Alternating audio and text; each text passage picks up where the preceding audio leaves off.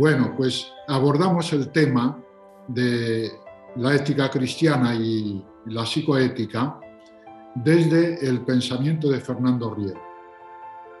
Según él, la psicoética no es a modo de la psicobiología o de la psicopedagogía, ni tampoco es parte de la psicología ni de la ética.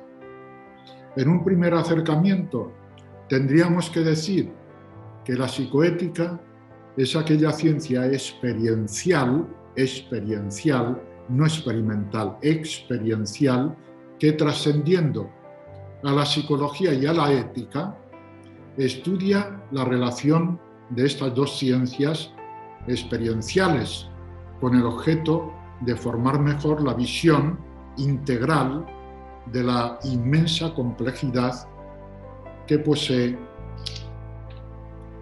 la persona humana. Para entender el tema, debemos hacer distinción, siguiendo a nuestro autor, entre ciencias experimentales y ciencias experienciales. Las experimentales o técnicas se caracterizan por tener como objeto la materia o realidad cuantitativa, utilizar como lenguaje la matemática y estar corroboradas por el experimento con la ayuda de la técnica. Las ciencias experienciales o de las vivencias tienen a su vez como objeto la realidad espiritual o incuantificable, utilizan como lenguaje la metafísica y son corroboradas por la vivencia, con la ayuda del modelo absoluto. La constante trascendental de todas ellas, ciencias experimentales y ciencias experienciales, es la inspiración. Sin inspiración no hay ciencia, ni método, ni técnica, ni invención alguna. Se necesita la inspiración para plantear una hipótesis o crear ciencia, aplicarla y avanzar en ella. La constante formal de las ciencias experimentales es la unidad de medida, creadora del lenguaje matemático, y la de las ciencias experienciales, la unidad de vivencia creadora del lenguaje metafísico. Las variables son los distintos métodos codificados por los modelos para llegar al objetivo científico que tratemos. El pensar metafísico es, por otra parte, constitutivo del ser humano.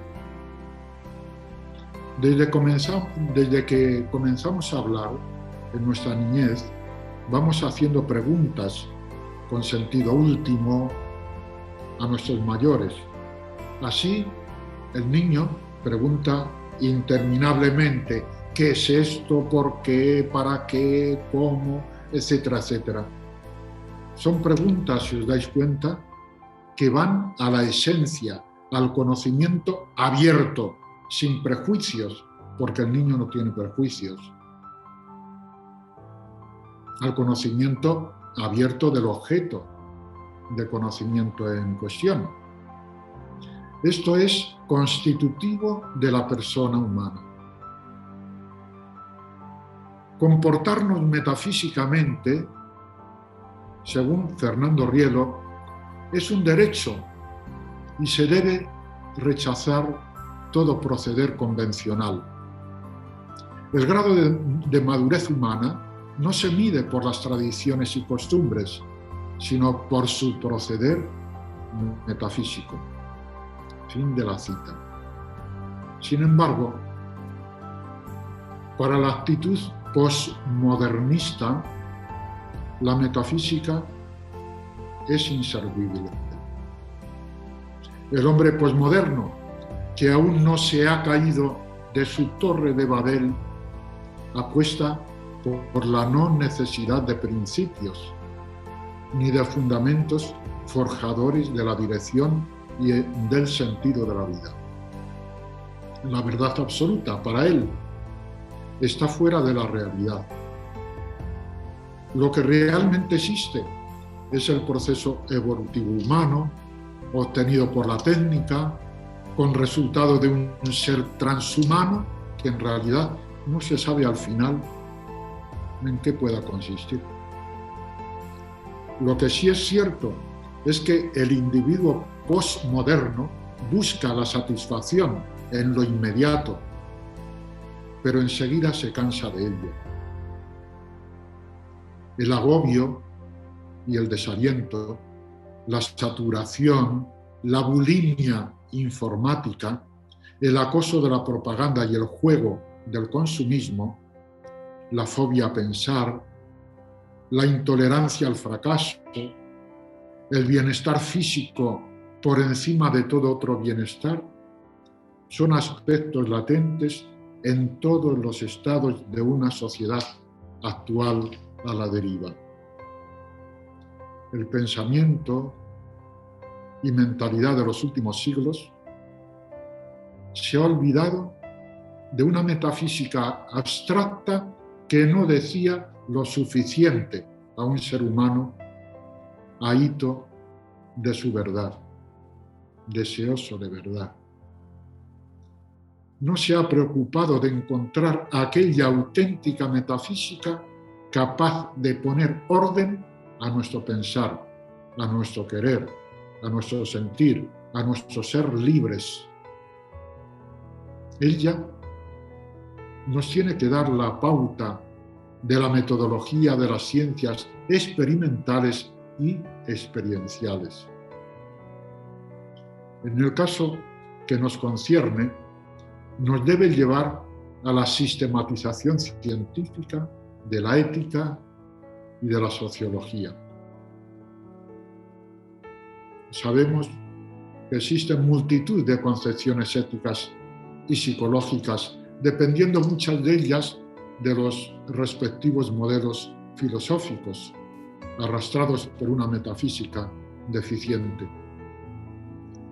Si nos referimos a la psicología, con su rechazo a la metafísica, podemos observar la enorme fragmentación que ha adquirido bajo los métodos experimentales y su canalización en diferentes escuelas. Por ejemplo, la escuela asociacionista, fenomenológica, funcional, conductista, gestaltista, psicoanalítica, fisiologista, genética, etcétera, etcétera.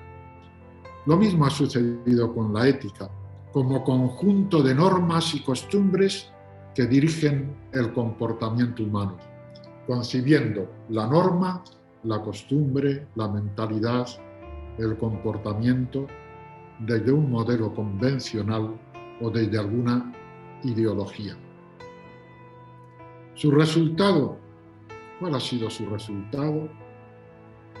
La fragmentación en los diferentes sectores: ética profesional, ética ambiental, ética empresarial, o en las diferentes culturas, ética según un país determinado, socialista, o de otra tendencia, ética de una sociedad también determinada, de una clase social, ética de una época, etcétera, etcétera. O también en las variadas religiones, como la ética cristiana, ética islámica, ética judía, budista, hinduista, etcétera, etcétera. La vocación metafísica, por muy deteriorada u olvidada que la tengamos, está presente en todo, se quiera o no se quiera. Es algo constitutivo de la naturaleza humana. El hombre posmoderno no ha podido desprenderse de ella. No ha tenido más remedio que convertirla en ideología para servirse de ella. Debemos tener en cuenta que toda ideología, e ideología es elevación a absoluto de una actitud, de una idea, de un prejuicio, de un rasgo cultural, de una obsesión, de una aspiración, de todo esto elevado a absoluto.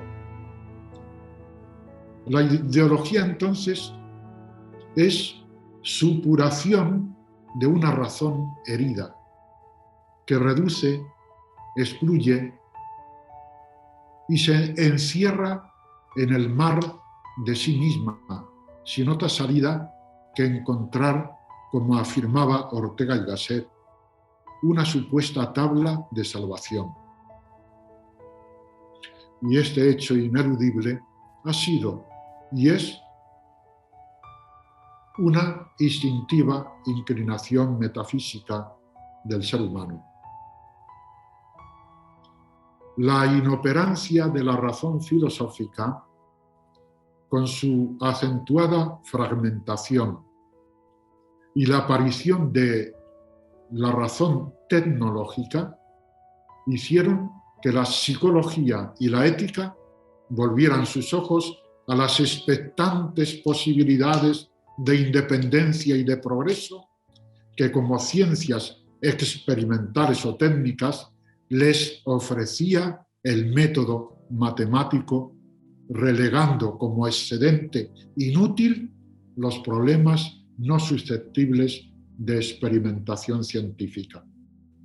Así, la ética y la psicología, haciendo mímesis, yo diría mímesis infantil del método experimental, han venido a formar parte de las llamadas neurociencias.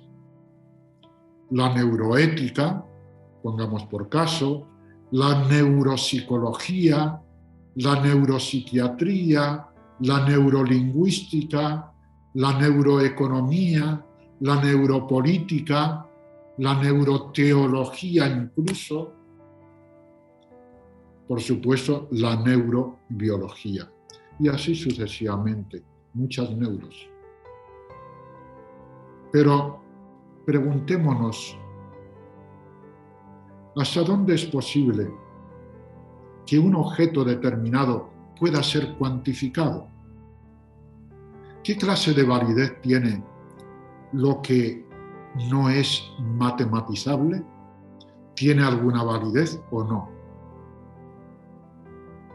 Sabemos que la experiencia humana no se agota en lo sensible. Hay aún mayor cúmulo de experiencia humana en lo no cuantificable. El amor, las virtudes y valores, la verdad, el bien, la belleza, la tendencia a la perfección, la sed de absoluto, el afán de inmortalidad, etc., rebasan totalmente la ciencia experimental o técnica. Nadie puede medir con ningún instrumento el amor, la verdad o el bien o la belleza. Lo más vital y sustantivo del ser humano, sus motivaciones, su búsqueda de sentido, que no son matematizables, son mucho más valiosos y vitales para la conciencia humana que todo el progreso técnico de la ciencia. El progreso técnico de la ciencia no puede con la muerte y con la enfermedad grave.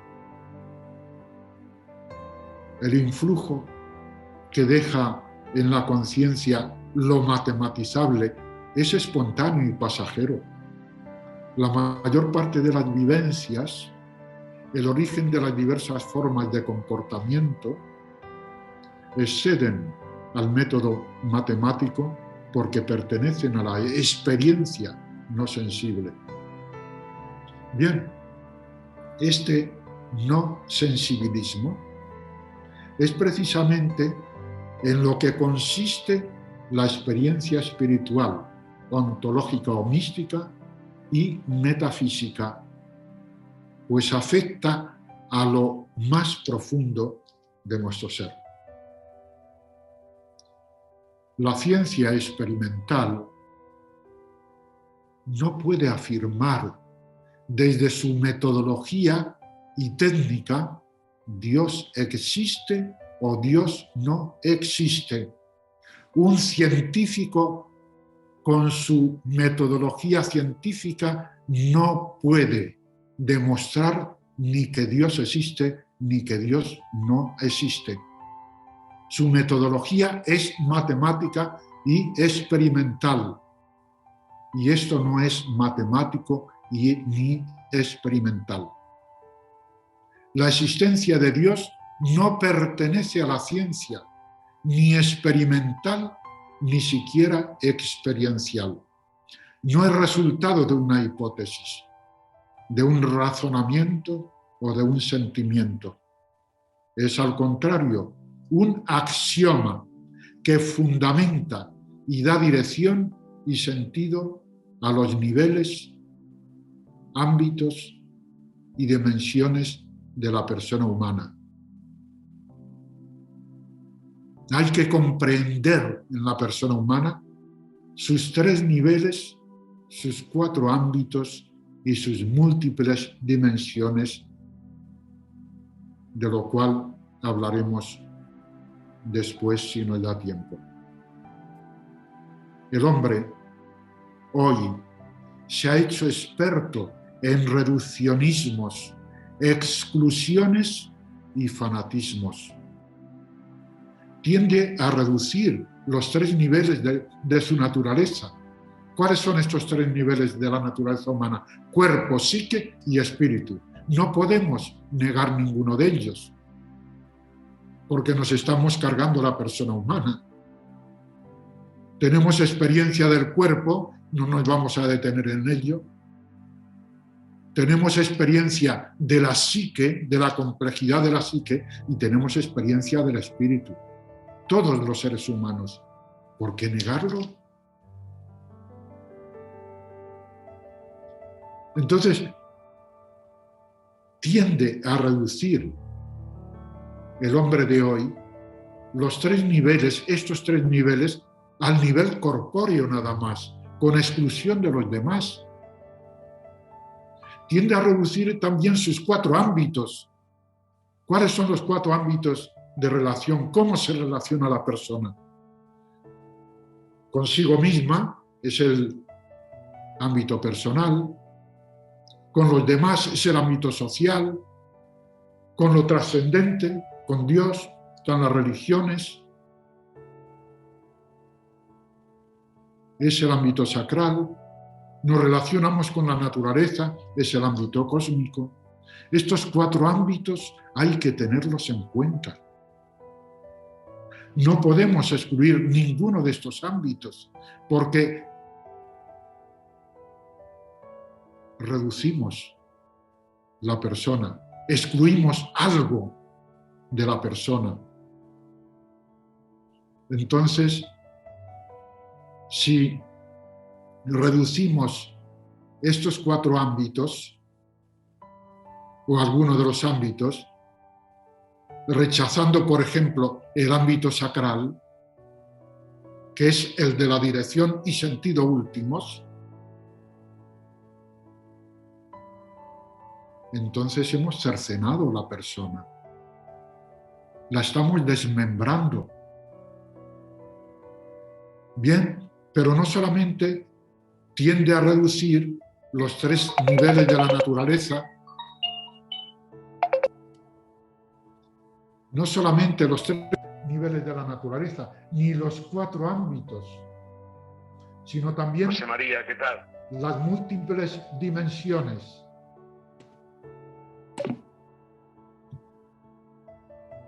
Que son histórica, cultural, arte, ciencia, deporte, economía, política, etc. Todo lo que sale de la acción humana, de las manos del ser humano, de la creatividad humana. Esas son las dimensiones. Pero si con estas dimensiones solamente busca el bienestar físico con deterioro del bienestar psicológico-social, que excluye el más importante de todos, el bienestar espiritual, que es el que da dirección, unidad, dirección y sentido a todas las demás dimensiones.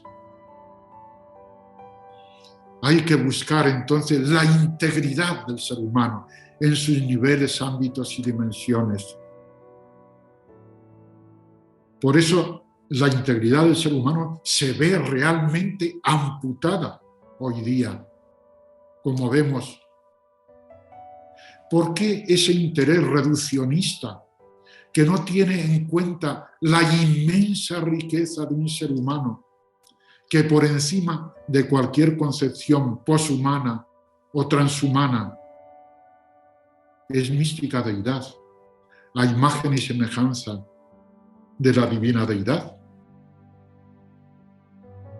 La ciencia, fijaos bien, la ciencia es solo una dimensión de la persona, una sola dimensión. La persona tiene muchísimas dimensiones. La ciencia, como el arte, como la política, como la economía, como la religión, como la cultura, es solo una dimensión de la persona, es decir, es un producto de la actividad humana y no la persona producto de la ciencia, que tiene que estar al servicio de su bienestar físico, psicológico y espiritual. Los 3 niveles, los 4 ámbitos y las múltiples dimensiones. La ciencia experimental y su técnica, cuando el hombre las utiliza para su destrucción, se convierten, según Fernando Riero, en anticiencia y en antitécnica. Lo mismo sucede con la ciencia experimental, la experiencial y su vivencia. Lo mismo. Cuando el hombre niega el mundo de sus vivencias y su relación con el modelo absoluto, desemboca en el nihilismo antihumanista que predijeron. Vamos a ver, Hume, con la muerte de la metafísica, Nietzsche, con el Requiem aeternam Deo, la tendencia estructuralista y tecnológica con la muerte del humanismo. Pero no caigamos en el pesimismo o pseudo-optimismo poshumanista. Este profetismo nihilista ha ayudado a que las nuevas doctrinas, reaccionando a la descalificación hacia los valores trascendentes, respiren el frescor de los nuevos aires humanistas. Bien, es competencia de la psicoética recoger precisamente el excedente no matematizable, excedente que ciertamente pertenece también a aquella experiencia incuantificacional que exige dar explicación del origen, esencia y fin del mismo objeto. El ser humano en todos sus niveles, ámbitos y dimensiones que estudian la psicología, la ética, la pedagogía, la sociología, la medicina o la biología.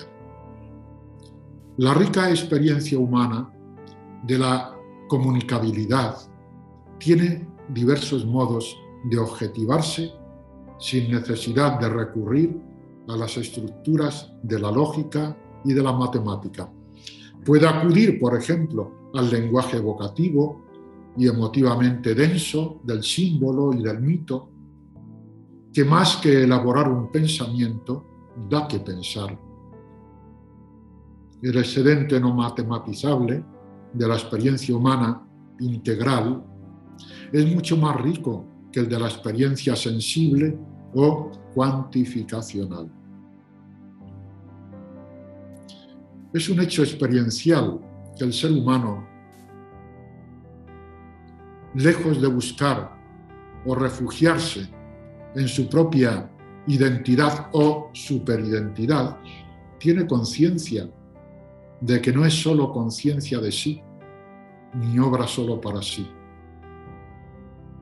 Es más bien alguien con conciencia de alguien y que para ser alguien obra con, para y en otro alguien.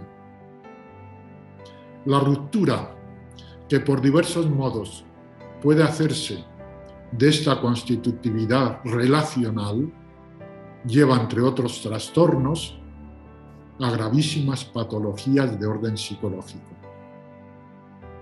Nunca como hoy, lo pueden constatar perfectamente, están rebosantes las consultas de psicólogos, psicoterapeutas y psiquiatras.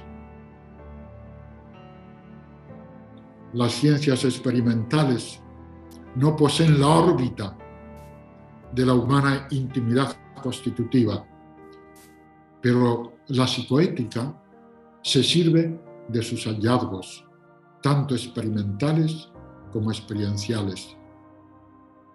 ¿No sería posible hacer, por ejemplo, una buena valoración psicoética sobre la actitud, por ejemplo, de una mujer que aborta si la biología no hubiese establecido que el producto de la concepción es una realidad viva, distinta de la madre desde el momento de la fecundación? O si la psicología no nos instruyera sobre los trastornos que pudieran originarse en la supuesta madre. Hoy fácilmente se está manipulando la ciencia, haciendo pasar por científico lo que no es científico. La mentira parece que vale para conseguir los intereses bastardos, personales o de grupo, o servir solo a un efímero bienestar físico o comportamiento hedonista, esclavizante de las facultades humanas y apto para ser manipulado. La expulsión de la metafísica ha debilitado la inteligencia, la voluntad y la libertad humanas, que se sienten impotentes para desenmascarar con éxito tanta falacia, tanta confusión y tanto desamparo. Quizás no sabemos tener en cuenta, como afirmaba Fernando Rielo, que la psicoética informa, por ejemplo, a la ética de que una filosofía de la libertad deberá tener presente las tendencias oscuras y poderosas que surgen de la misma base del psiquismo, del inconsciente, con sus invasiones clandestinas, con sus disfraces, sustituciones, contaminaciones, y con la imposibilidad de que el ser humano, contrario al lema socrático, pueda conocerse a sí mismo. El imperativo simplista, conócete a ti mismo, queda desmentido por las distintas falsificaciones que por instrucción de ideas utilitarias o deformes ha ido descubriendo la psicología. Por ejemplo, la pseudobondad de un débil, la pseudoobediencia de un pasivo, la pseudoindignación de un envidioso, la pseudomoderación de un mediocre, la pseudopureza de un impotente o el dinamismo psicológico de muchas ilusiones a las que se refieren, por su conocimiento profundo de la psicología, los místicos cuya experiencia tienen en cuenta los tratadistas de la vida espiritual. incluso ramas de la psiquiatría actual y psicología. Fernando Rielo denomina a estas deformaciones mentira psicológica o mecanismos psicoéticos de defensa que responden a pseudonecesidades subconscientes o disimuladas que se mueven en los bajos fondos del ego.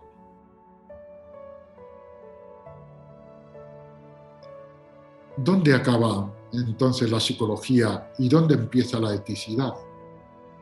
¿En qué consiste una conciencia moral que subconsciencialmente mistifica o falsea lo que la perturba sin querer reconocer la existencia de esos condicionamientos que intenta ocultar?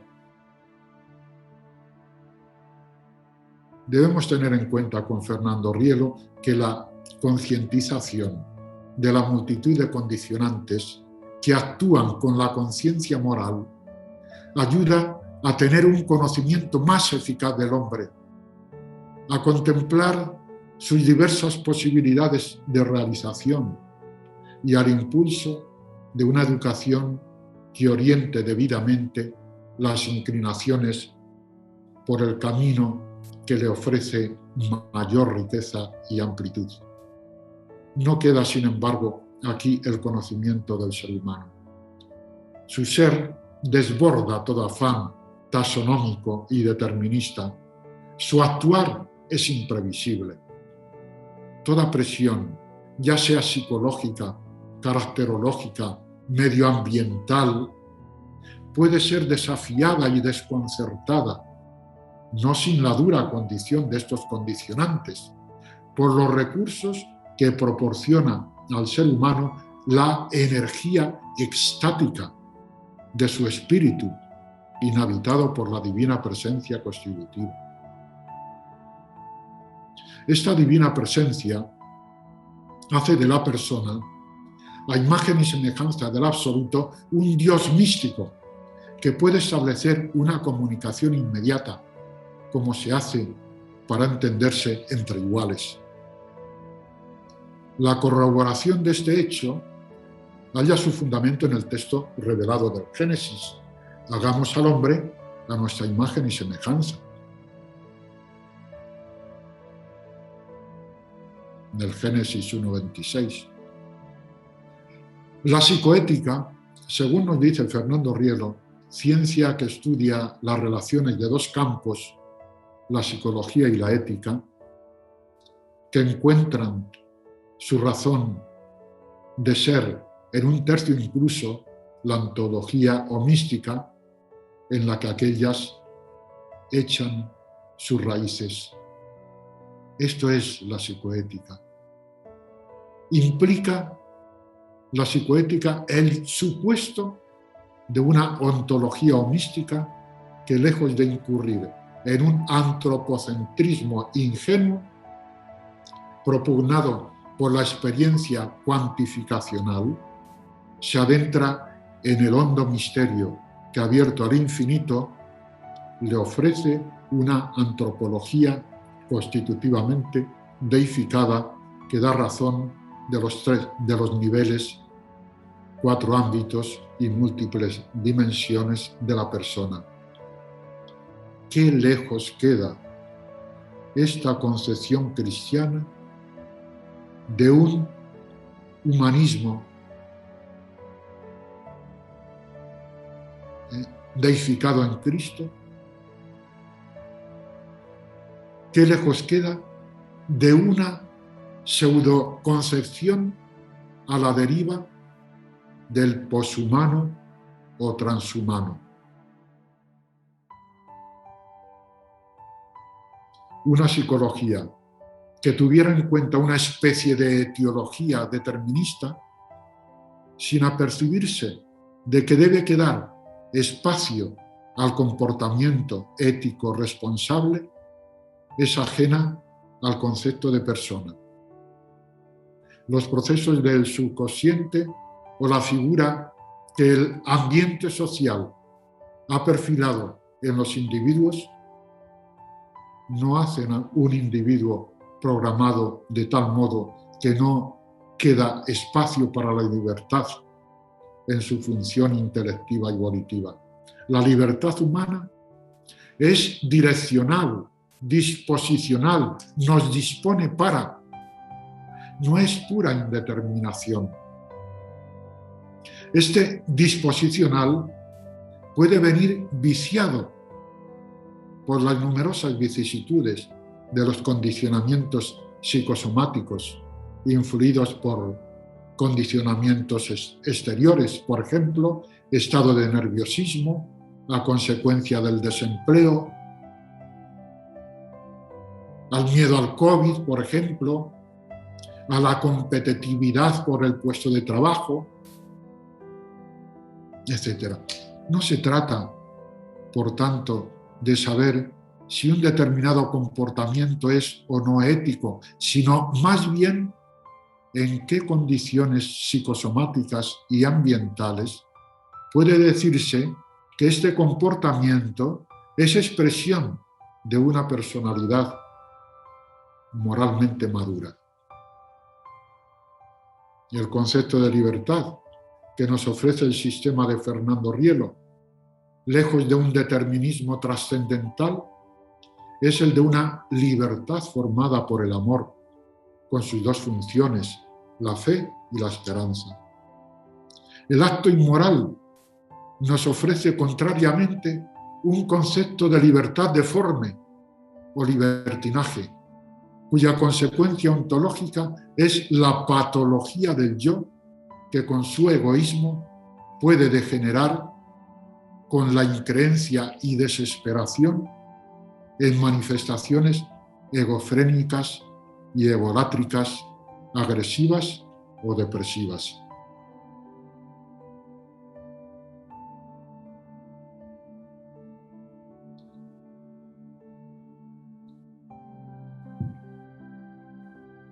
La libertad, en cuanto tal, no es un criterio suficiente.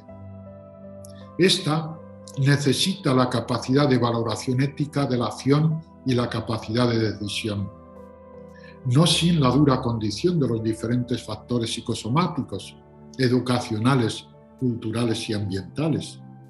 Las fuerzas pulsionales psicosomáticas, siendo estimúnicas y sin propia autonomía, antes bien abiertas al espíritu inhabitado por la divina presencia constitutiva, necesitan ser movidas direccionalmente, motivadas por la energía estática. Esto es, por la fuerza y capacidad de un amor de donación,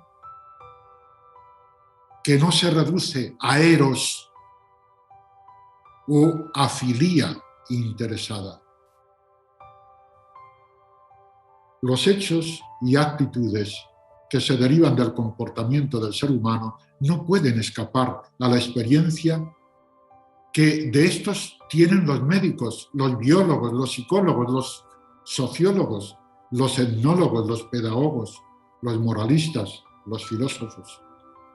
Porque la persona humana es una realidad tan compleja que no hay ciencia única que pueda atribuirse el conocimiento de la validez y responsabilidad absolutas de la acción moral.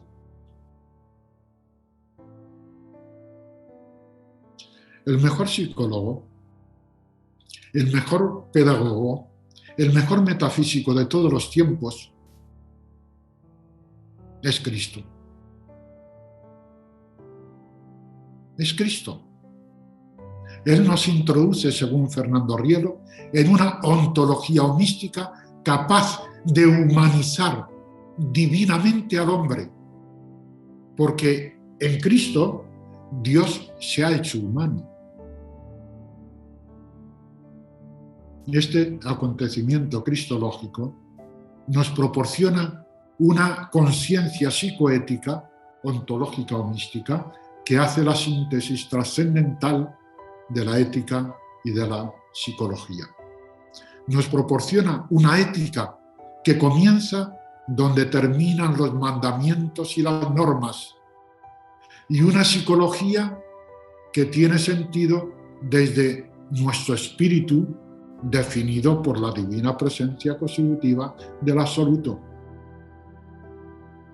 Ahí tenemos las páginas del Evangelio, donde de una forma categórica se refiere al pensamiento y al deseo,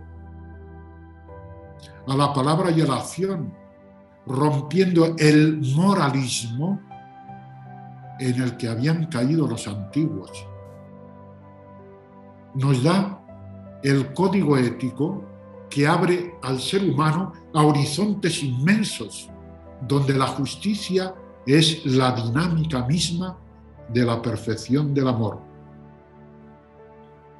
Por eso Cristo dice: oísteis que se dijo a los antiguos, no matarás, no robarás, no fornicarás, etcétera, etcétera. Pero yo os digo, ¿qué es lo que nos dice Cristo? Nos abre una nueva dimensión a la perfección del amor. Sed perfectos como vuestro Padre Celestial es perfecto. Es la perfección del amor. El resultado de este comportamiento es la liberación y la pacificación que tanto nos hace falta.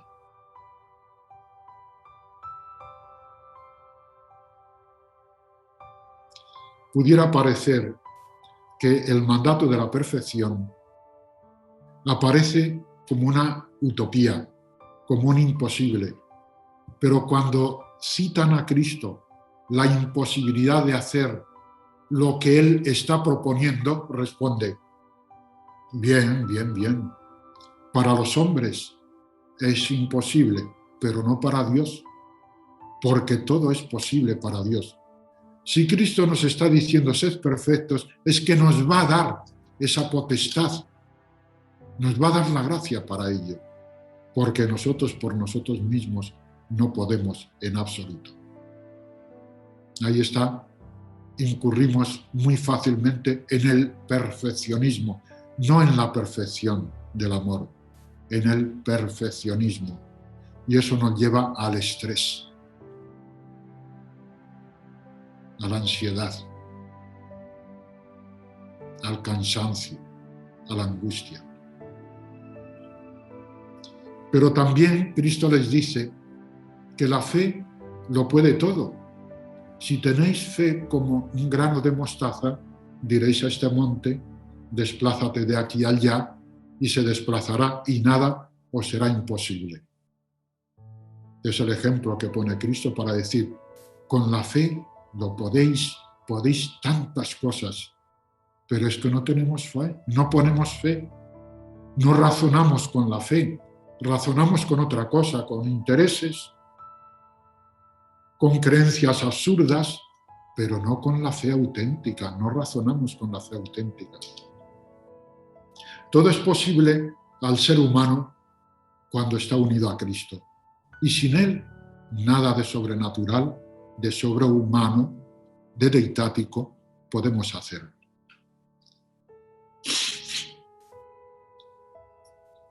La psicoética, lejos de un normativismo estéril, está fundada en las propiedades sanantes de un amor cristológico cuya medida no es el amar al otro como a sí mismo, antes bien, el amaos los unos a los otros como yo os he amado. Esa es la medida, es decir, sin medida. Un amor divino incondicionado, sin término, capaz de dar la vida, de soportar, de tolerar, de perdonar sin límite, de tender la mano a los publicanos y pecadores, de ayudar a los marginados de toda raza y condición. Ahí está. El ámbito, el mundo que nos trae Cristo, que es el reino de los cielos. El reino de los cielos significa esto que estamos diciendo, que está dentro de nosotros. Tenemos esa fuerza, esa potestad interior. ¿La utilizamos? Bien, finalizo esta ponencia o esta conferencia con las siguientes palabras de Fernando Rielo, dedicadas a la psicoética. Una psicoética cristológica no puede pasar desapercibida a ninguna de las modernas concepciones de la ética y de la psicología con sus métodos. No puede desmentirse una historia con fundamento en el discurso, el testimonio y la vida de Cristo, que ha producido una cultura de la cual las concepciones éticas occidentales son deudoras. Si no ha ejercido el positivo influjo esperado, hay que pensar en los eximentes que tienen su raíz en las innúmeras anomalías que padece el ser humano. En ningún caso se deben a la insuficiencia de la misión apostólica y redentora de Cristo, que revelándose Hijo del Padre, ha querido actuar con la fuerza del Espíritu Santo en la persona humana, pero con la persona humana.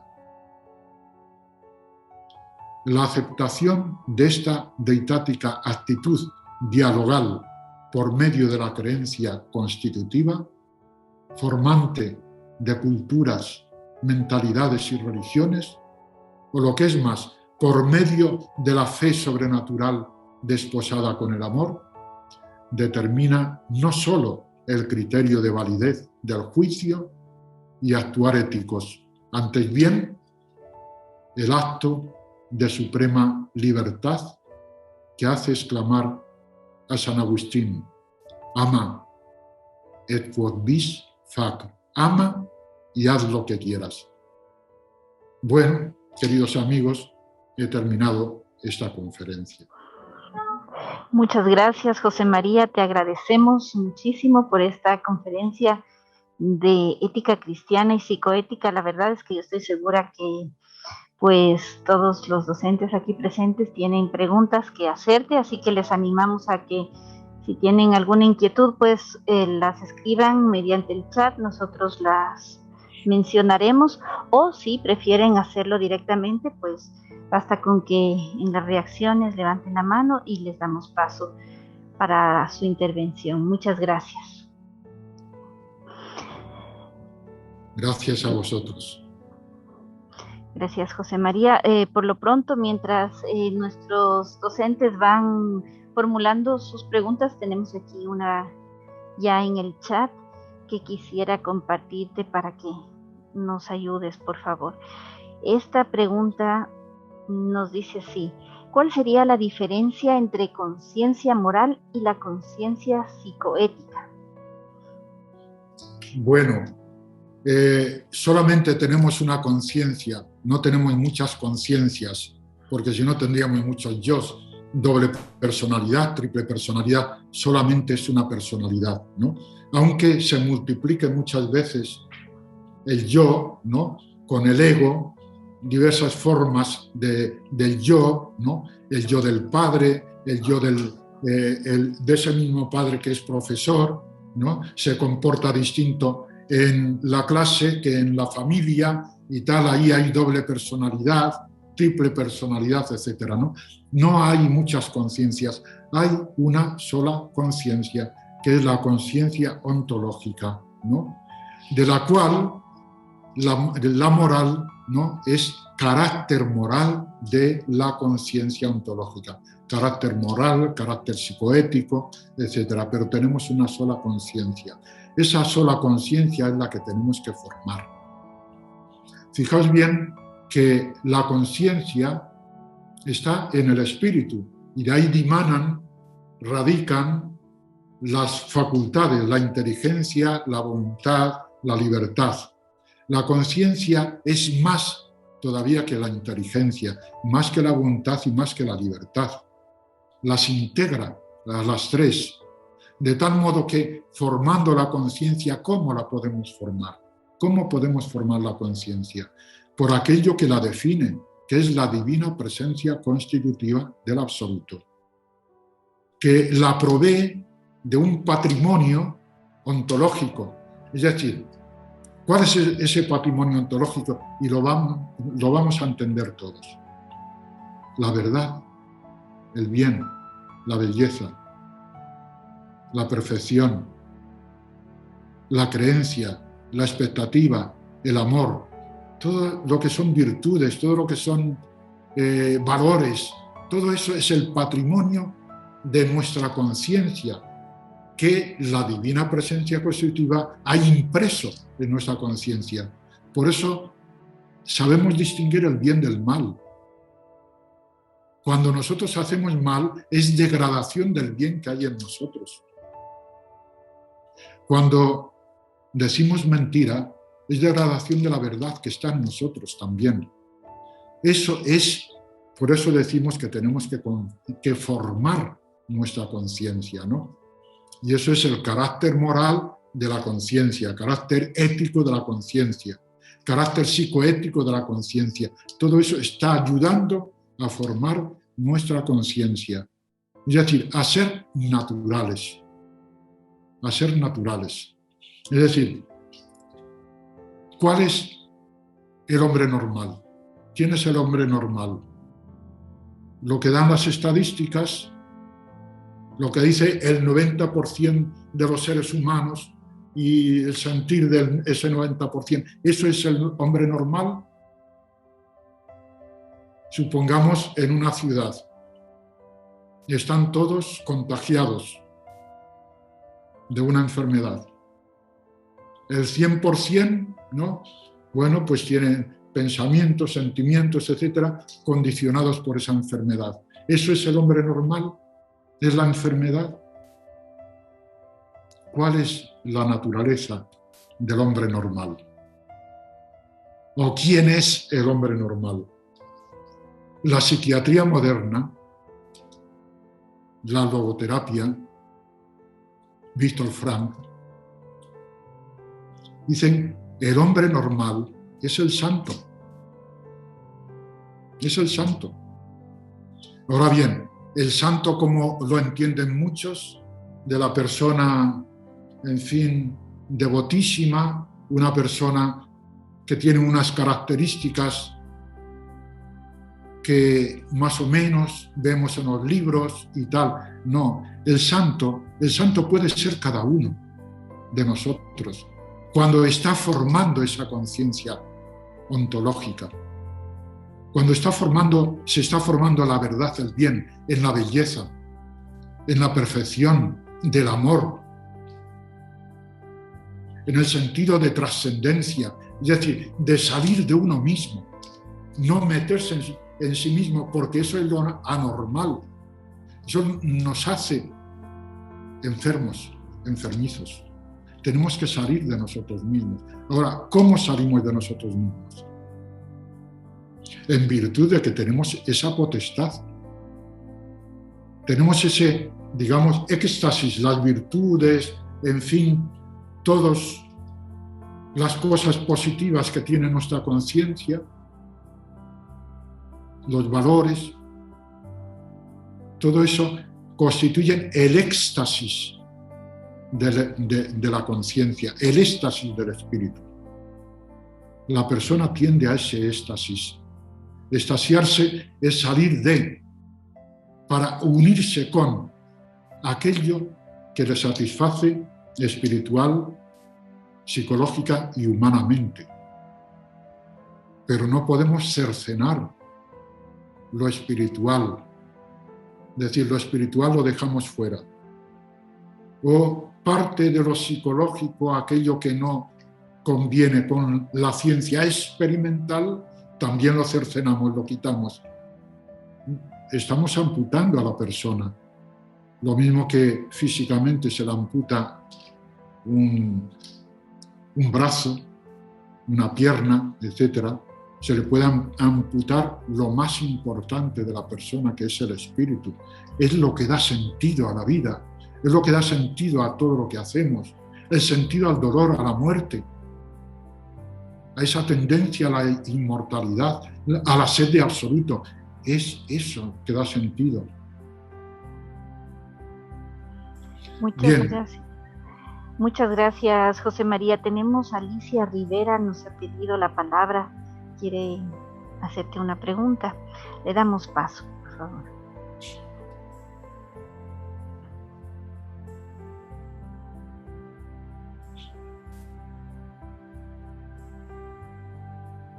¿Qué pregunta? Sí, perdón, lo que pasa es que estaba silenciado.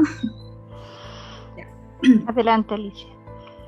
Muchas gracias por el espacio. Sí, me parece interesante este taller que justo está tomando el tema de ética y moral, que es algo pues que estamos viendo hoy en día que está sumamente aislado en nuestra sociedad. A mí me gustaría quizás algún consejo, alguna recomendación que nos podría dar usted de cómo llegar hacia las personas para que puedan seguir formando o fomentando esta parte de la conciencia, porque tenemos claro cuál es el concepto, pero más un tipo de acción, cómo poder ayudar. Pues muy fácilmente la autoridad moral, no la autoridad que impongamos los docentes, precisamente por ser profesores, por tener una sabiduría, una especialidad, ¿no? Nos sentimos superiores a los demás, a los alumnos, y entonces desde esa autoridad no vamos a hacer nada, o muy poco. Es desde la autoridad moral, es decir, desde la perfección del amor, la generosidad, la entrega, que el alumno sepa que tú eres amigo, que tú eres amigo, que tú estás dispuesto a ayudarle en lo que sea, en sus problemas, no solamente en la materia que estás impartiendo, que puede ser un profesor magnífico. Sin embargo, te falta algo importante, humanismo. Y el humanismo es eso, acercarse al alumno, que ponerle en las condiciones propias para que aprenda la asignatura. Tienes que enamorarlo de tu materia, la materia que tú estés dando. Enamorarlo, ¿pero cómo? Con la autoridad moral. Que el alumno sepa que lo estás amando, que lo quieres de verdad, que estarías dispuesto a cualquier cosa por él. Ese es el buen profesor, ese es el buen docente. Y yo creo que a través del amor se puede hacer muchísimas cosas y no a través de la autoridad por la autoridad, ¿no? La autoridad tiene que ser autoridad del amor. El profesor, decimos en castellano, es el que tira del carro. No que los alumnos tiren del carro y tú te montas al carro y hale que los alumnos tiren. Y yo, pues, hacer con el mínimo esfuerzo todo. Yo tengo que tirar del carro, tengo que esforzarme por los alumnos y eso lo tienen que ver y que lo hago por amor. Bueno, esto es la actitud que yo pienso que nuestra conciencia, en lo más profundo de nosotros mismos, nos está diciendo. Que tenemos que amar, que tenemos que perdonar. Un alumno te puede insultar, te puede decir lo que quiera, ¿no? Pero si tú te comportas igual que el alumno o peor que el alumno, no hacéis absolutamente nada. Eso tensiona. Eso produce violencia. Sin embargo, el amor nunca produce violencia, todo lo contrario. Bueno, esto es lo que sé decir, ¿no? Que nos comportemos con esa intimidad constitutiva, conforme a esa intimidad constitutiva, que todos y cada uno de los que me estáis escuchando, yo creo que sabéis o sabemos perfectamente dónde nos lleva. Muchas gracias, José María. Damos el paso a Inés Dusdebe.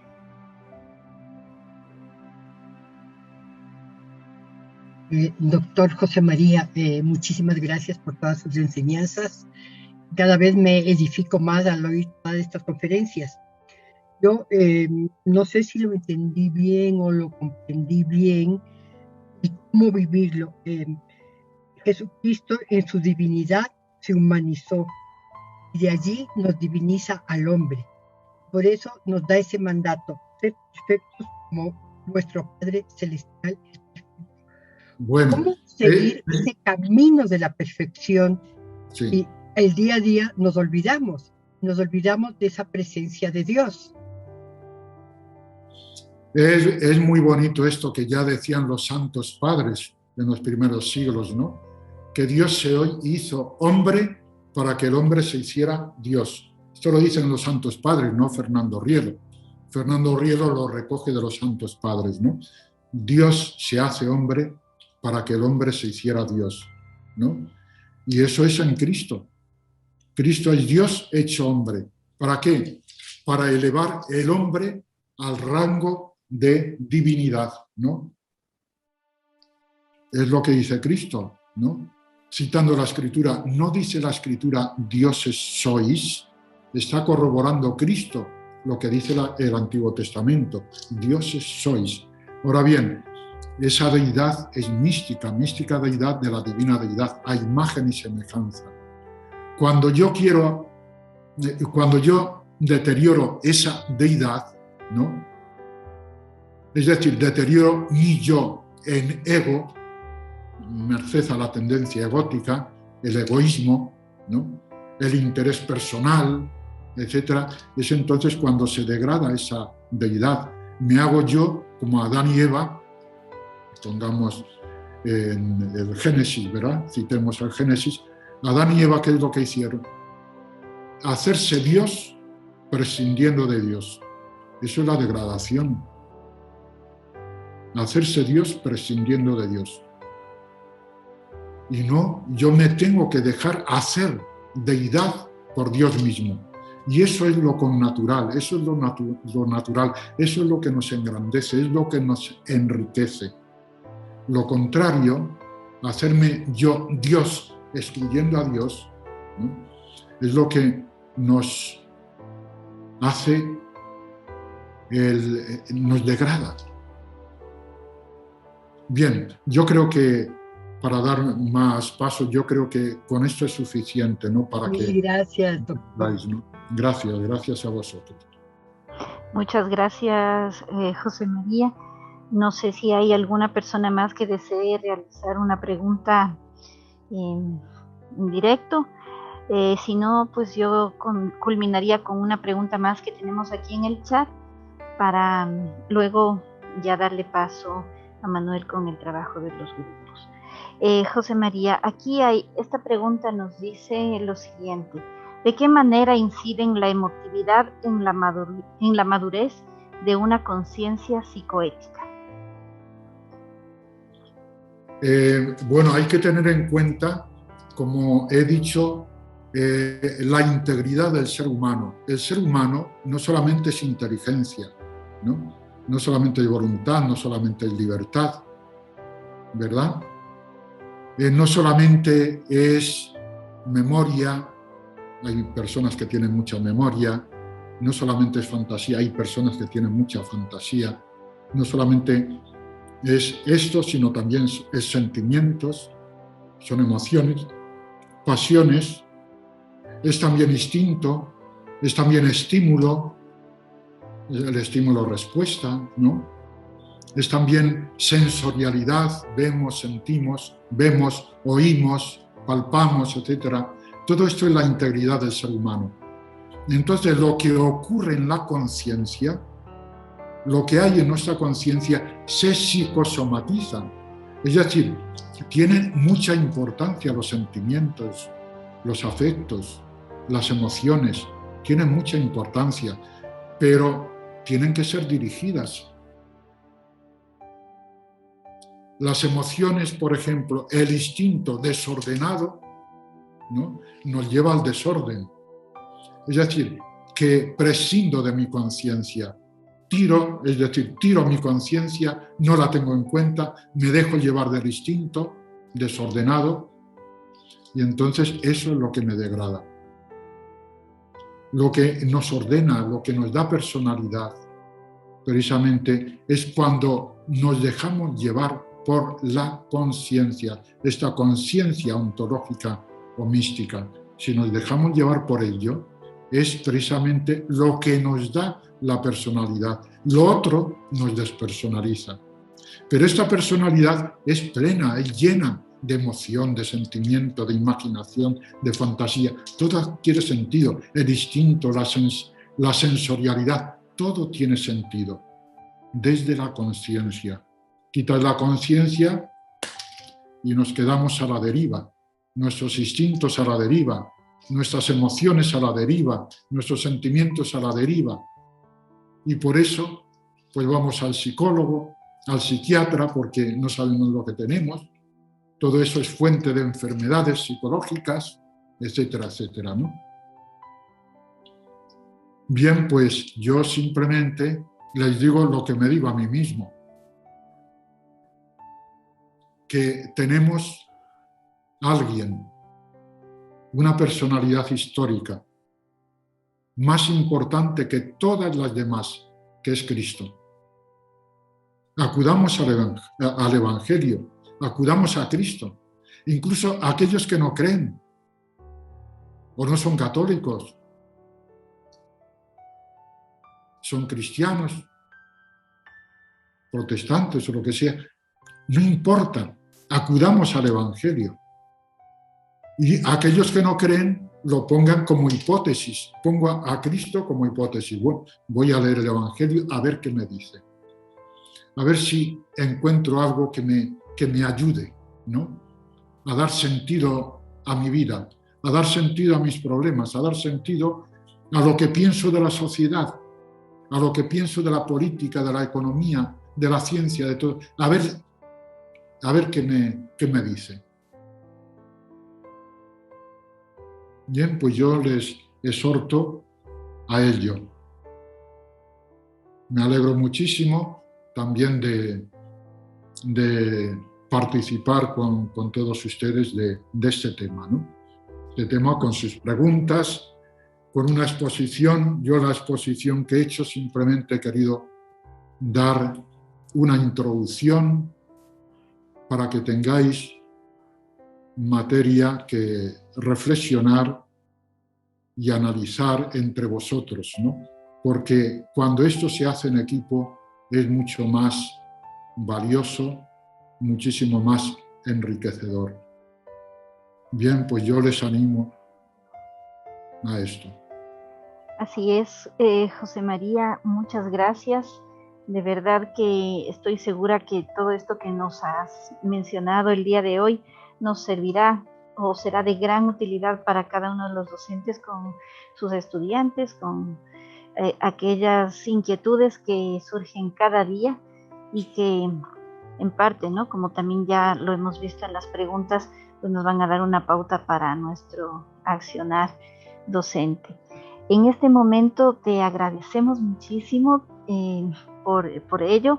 Te pedimos pues esto, ¿no? Que nos tengas en cuenta siempre para cada una de las inquietudes que puedan tener más adelante. Contamos siempre contigo. Te agradecemos por este tiempo que nos has entregado el día de hoy, porque en parte también es algo muy valioso, ¿no? Que dediquemos tiempo a las personas y desde luego intentaremos aprovechar al máximo aquello que nos has compartido el día de hoy. En este momento ya vamos a realizar nuestro trabajo en pequeños grupos, por eso le voy a dar paso a Manuel, no sin antes decirles pues a nuestros compañeros que Manuel nos va a dar algunas directrices sobre cómo realizar el trabajo y también la culminación de este taller. Esta ha sido la tercera conferencia que hemos tenido en este ciclo de ética y moral y te agradecemos porque nos has ayudado a cerrar con broche de oro estas charlas que hemos recibido. Gracias, José María. Muchísimas gracias a ti, Carla, y a todos los docentes que me han estado escuchando. Les pido perdón por si acaso les he aburrido a alguno de ustedes. Yo, desde luego, no me aburro estando con ustedes, incluso escuchándome, pero sobre todo con las preguntas y la interacción que hemos podido tener, ¿no? Muchísimas gracias por todo.